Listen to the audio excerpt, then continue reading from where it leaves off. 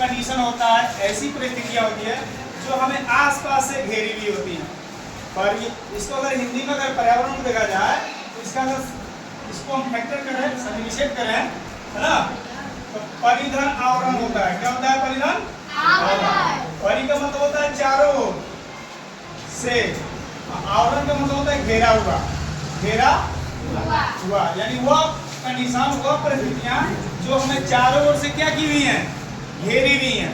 तो जो परिस्थितियां हमें चारों ओर से घेरी हुई हैं उसे हम क्या बोलते हैं, पर्यावरण बोलते हैं। क्या बोलते हैं? पर्यावरण। तो ये हमको पढ़ना है आवर इन्वायरमेंट। अब इसमें जो हमारे जो टॉपिक्स हैं मुख्य रूप से उसको मैं डिटेल में भी पढ़ना है और थोड़ा इसके बारे में भी पढ़ लेते हैं। इसमें पहला दिया नेचुरल इन्वायरमेंट, और नेचुरल का मतलब प्राकृतिक। क्या होता है जी? प्राकृतिक, यानी प्राकृतिक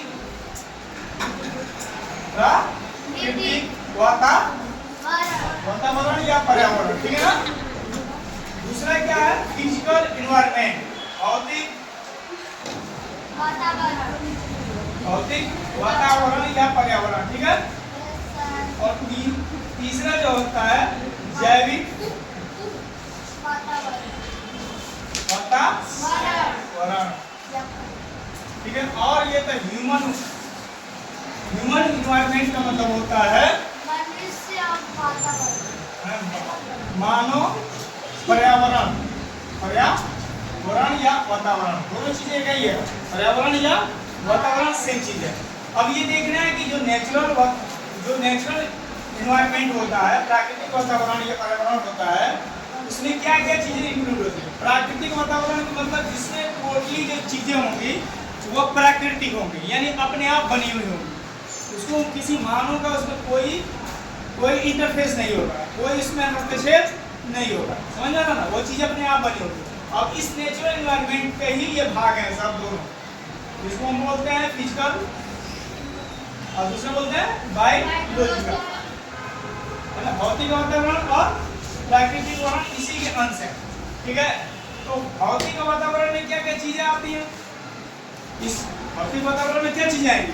इसमें आएंगे नॉन बायोलॉजिकल चीजें, नॉन मतलब अजैविक तत्व आएंगे। क्या आएंगे सब? अजैविक तत्व। अजैविक तत्व कौन से आएंगे? जिसमें जीव ना हो और नेचुरल भी हो।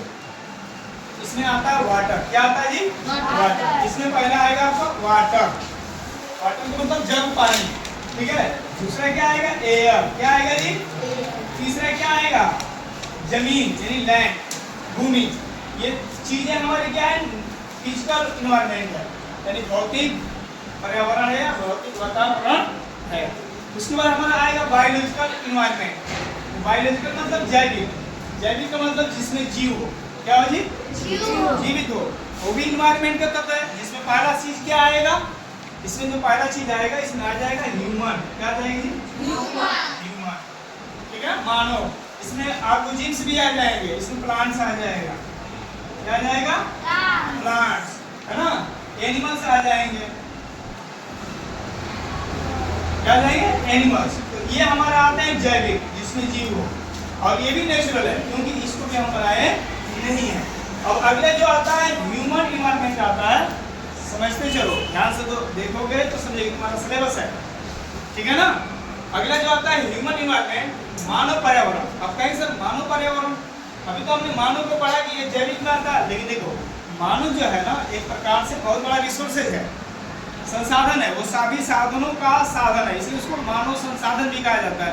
ऊपर क्लासों में पढ़ेंगे इसके बारे में आप लोग, तो देखेंगे ये जो मानव पर्यावरण का क्या होता है। देखो मानव अपने लिए, अपने सुविधा के लिए कई चीजें बनाता है, कई चीजें क्या करता है? बनाता है। इसमें कई चीजें बनाता है, जैसे ब्रिज बनाता है, क्या बनाता है?